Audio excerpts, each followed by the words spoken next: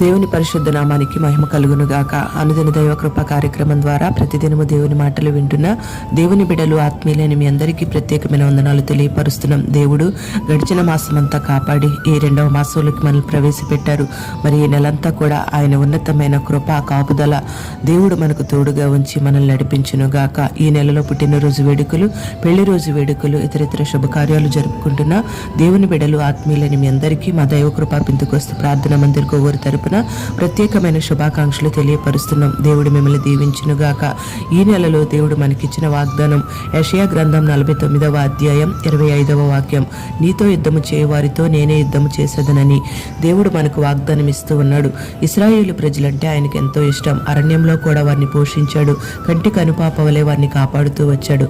ఏ శత్రువు వారి మీద జయమొందకుండా శత్రువులను తుత్తునేలుగా చేశాడు.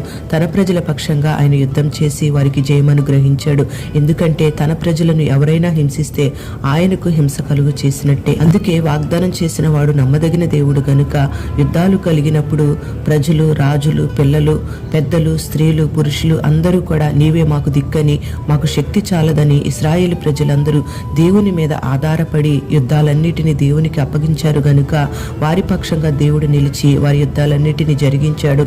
వారికి జయమనుగ్రహిస్తూ వచ్చాడు. ప్రియ దేవుని బిడ్డ, మరి నీ జీవితంలో నువ్వు బ్రతికినంత కాలం ఎన్నో పోరాటాలు నీకు ఎదురవ్వచ్చు. ఉద్యోగ వ్యాపార స్థలాలలో, నీ కుటుంబ యాత్రలో ఎంతో మంది శత్రువులు నీకు ఎదురవ్వచ్చు.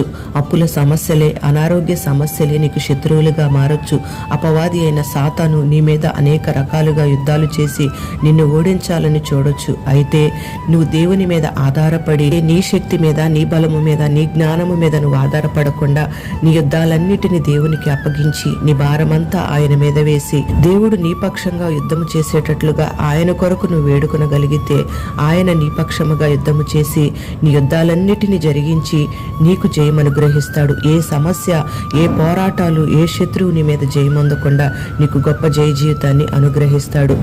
ఈ నెలలో ఏ శత్రువు నీ మీద యుద్ధం చేస్తున్నా ఆ యుద్ధ పోరాటాలన్నిటి మీద దేవుడే జయమనుగ్రహించి ఆయన నీకు తోడయుండి నిన్ను యుద్ధ రంగంలో నడిపించునుగాక. అట్టి కృప దేవుడు నీకు అనుగ్రహించునుగాక. పరిశుద్ధుడైన తండ్రి, ప్రేమ కలిగిన దేవానికి స్తోత్రం చెల్లిస్తున్నాం. ఈ మాటలు వినని బిడ్డలందరినీ పేరు పేరున మీరు ఆశీర్వదించండి. నీతో యుద్ధము చేయు వారితో నేనే యుద్ధము చేసేదనని మీరు మాకు వాగ్దానం ఇస్తూ ఉన్నారు. ఈ వాగ్దానాన్ని, ఈ మాటలు వినని బిడ్డలందరి జీవితంలో మీరు నెరవేర్చండి. ఈ నెలలో ఏ యుద్ధ పోరాటాలు నీ బిడ్డల ముందు నిలిచి ఉన్న ఆ సమస్యలతో మీరే యుద్ధము చేసి బిడ్డలకు జయమనుగ్రహించండి. పేరు పేరున ప్రతి బిడ్డను మీరు దీవించండి. ప్రతి పనిలో జయమివ్వండి. మంచి ఆరోగ్యం ఇచ్చి కాపాడి గొప్ప కాపుదల, నెమ్మది, క్షేమం, ఆరోగ్యం బిడ్డలకు మీరు అనుగ్రహించి ప్రతి బిడ్డను దీవించమని వేడుకుంటూ యేసు నామములో అడుగుచున్నాము తండ్రి. ఆమేన్.